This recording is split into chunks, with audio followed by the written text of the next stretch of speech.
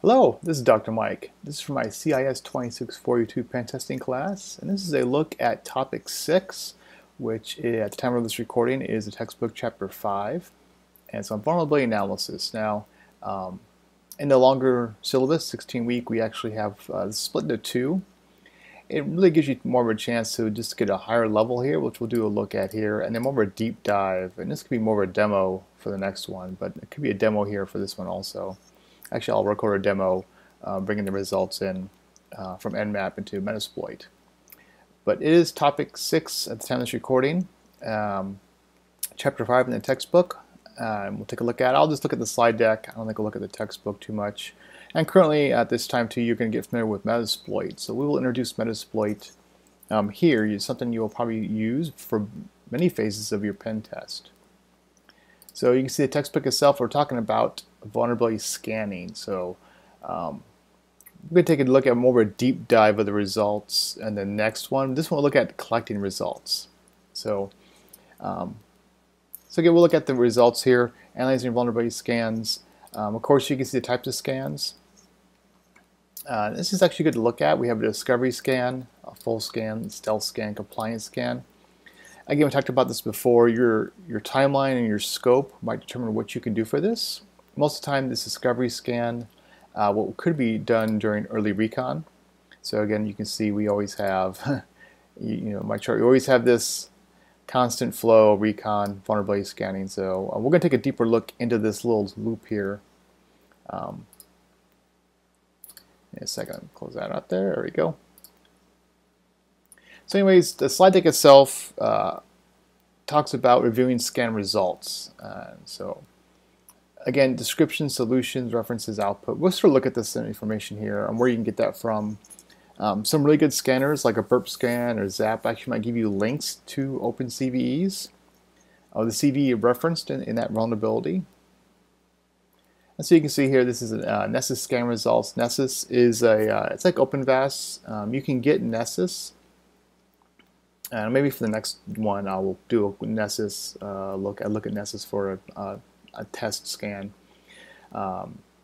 Nessus is a vulnerability scanner. You can get a 16 IP, like an education or a temp license or sort of a single-use license. You get that, install it. It runs on, I think, almost any OS. But you can see here they actually give you output, hosts, and the solution description. It's pretty bare there.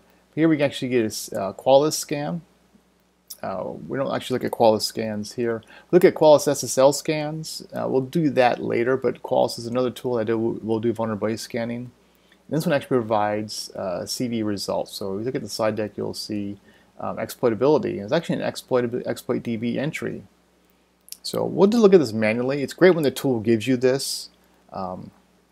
Nothing wrong with that. So look at CVSS. That's going to be something used to help determine the exploitability of it. So even if it finds an exploit, there's details you need to sort of hash out to see if it's actually worth or not. Is it actually a working exploit or not? Complexity, I'm not going to go over this here. We'll look at this CVSS here, actually on the web page. But this score is a CVSS vector score. So you can see here this has been scored out. We'll give you an exploitability score, impact score. I don't want to go through the slide decks too much here.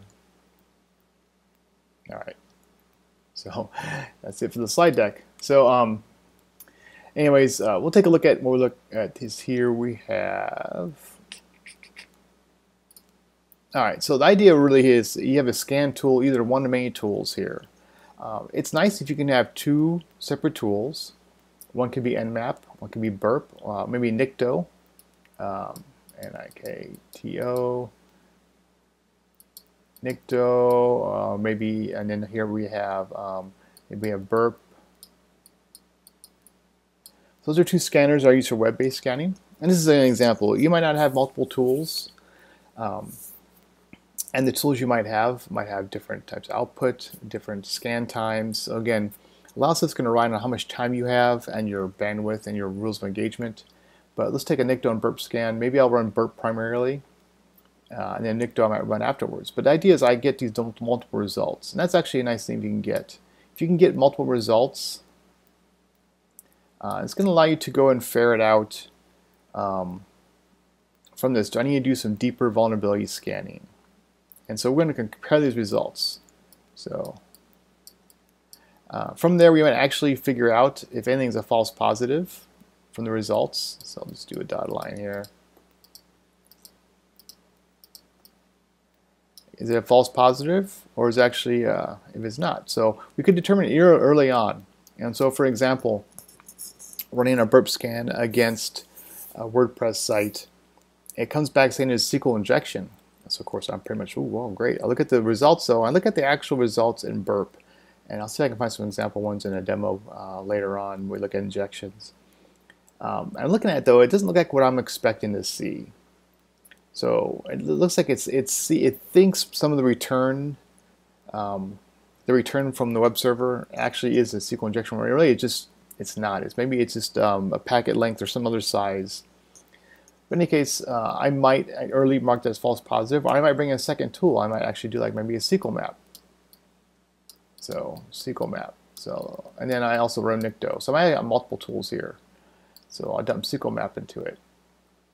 Now SQL map is going to be a lot more aggressive, but we are in the vulnerability analysis phase and vulnerability scanning. So SQL map is actually going to really be this.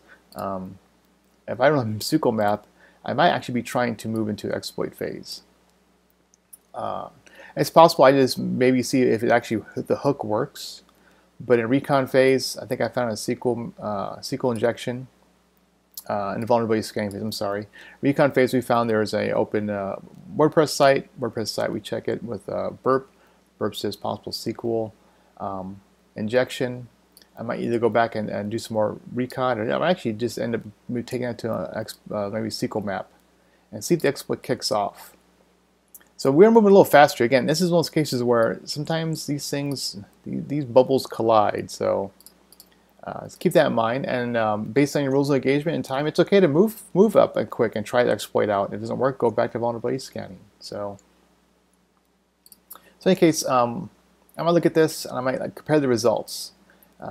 So do I have two tools or more tools saying that this is there? If it is, I might need to go and move into validating it.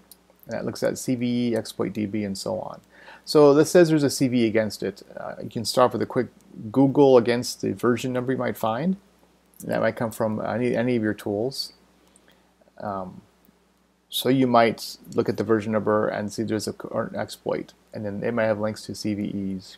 The exploit scanner, the vulnerability scanner might find the CVEs. So again, CVE details, we're going to go into a lot. There's tons of these things here. Let's see, top 55 vendors. I don't know, let's just find something here. Let's find something for Mozilla. I don't know, that's not Mozilla, Firefox. GitLab, I guess. And what we got here? 2023, these three right here. Okay, so 0.0. So this is basically, let's say I found this and I see 0.0, denial of service type. So off the bat, my rules of engagement will not allow this. And this really has no score, but I do see the version numbers before this. Something you still put in your notes. Don't ever disregard anything and not put in your notes. Put the link in your notes. Put some type notes that this is what I found. It can be passed on in your actual report because you want to show due diligence that you've tried your best, and you could be, well, you know, I think I found an issue, but right now it's not showing any kind of huge vulnerability. But you are or are not in the range of the version number for being affected by GitLab. So it has a CVSS score. Again, these metrics, you can go to the NIST or just look at NIST CVSS. And there's actually calculators for it, but you can see how you can actually calculate your own if you want to. You know, if it needs to be physical, and change, it's low complexity, no privileges, there's some user action required, it's high, high, high. So you can sort of calculate your own scores, but really this is more to understand the score itself.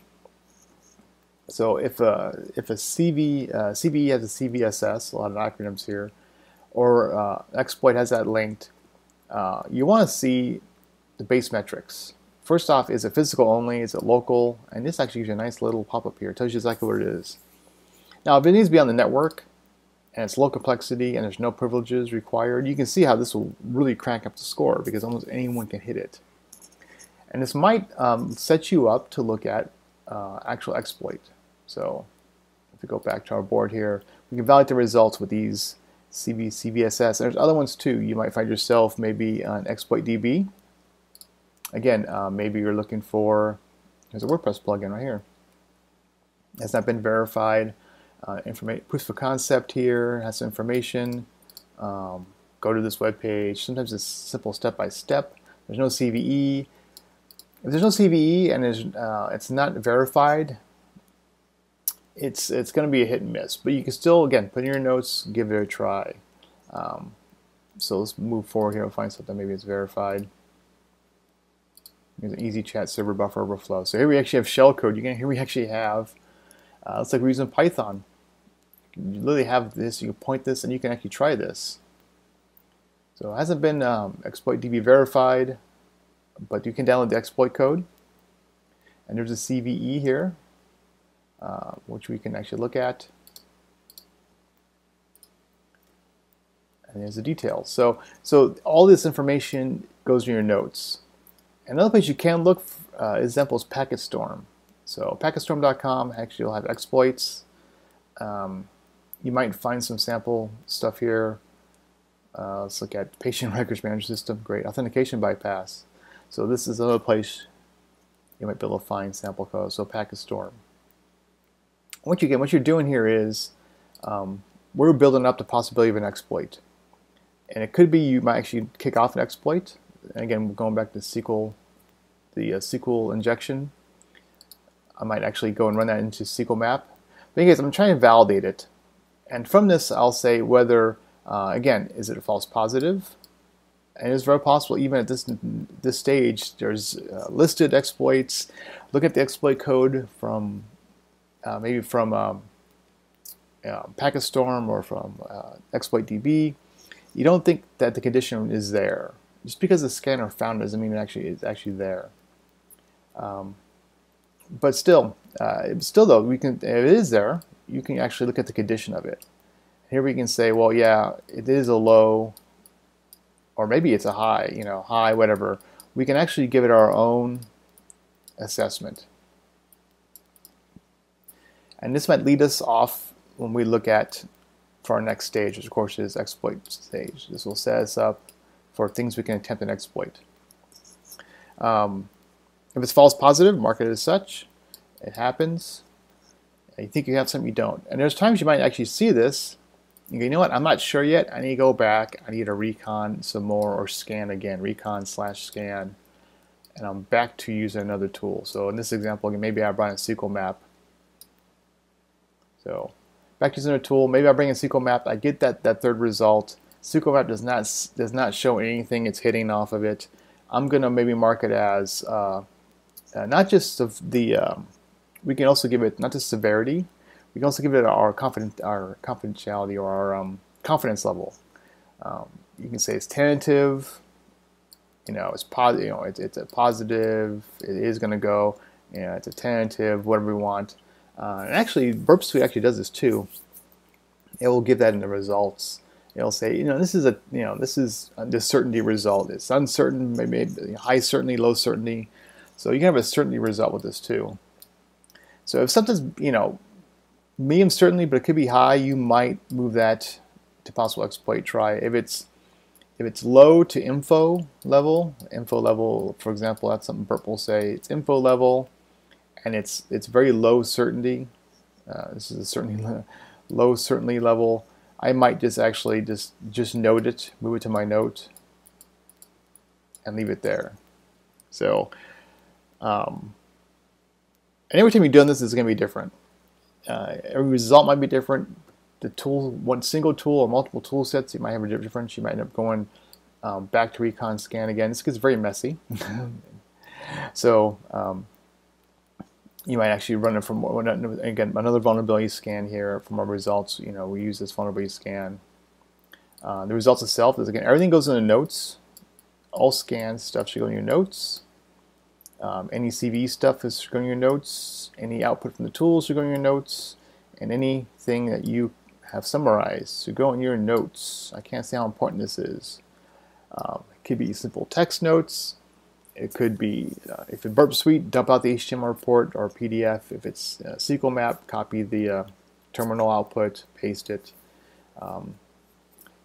Links, get the URLs. You could copy out. It's a lot nice to copy this out. Let's say this first string here, and then copy out the URL. That way, it has some notes inside there. And the better you structure your notes, the better it's going to be when you get to your reporting. If you're brand new to this, I'd say give yourself 2 to 1 time. For every hour you spend doing something here, you're going to give yourself another 2 hours, double it for reporting time. So if you spent 6 hours doing vulnerability scan and testing, maybe it's a vulnerability scan, test, and done. Give yourself 12 hours, 8 to 12 hours to do your notes. Do your reports. You got to go through your notes.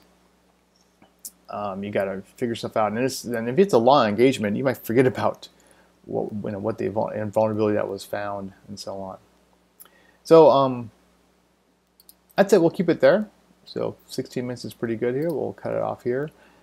This gives you an idea about how you might run this, and we'll run a little demo about taking some of these tools results, and maybe you might take some of these results and pass those results not just into notes but into other systems. Let's try and narrow for that here.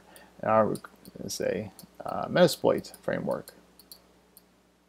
I might store them in there as well as my notes, and the Metasploit framework itself I can use to help validate and do further research.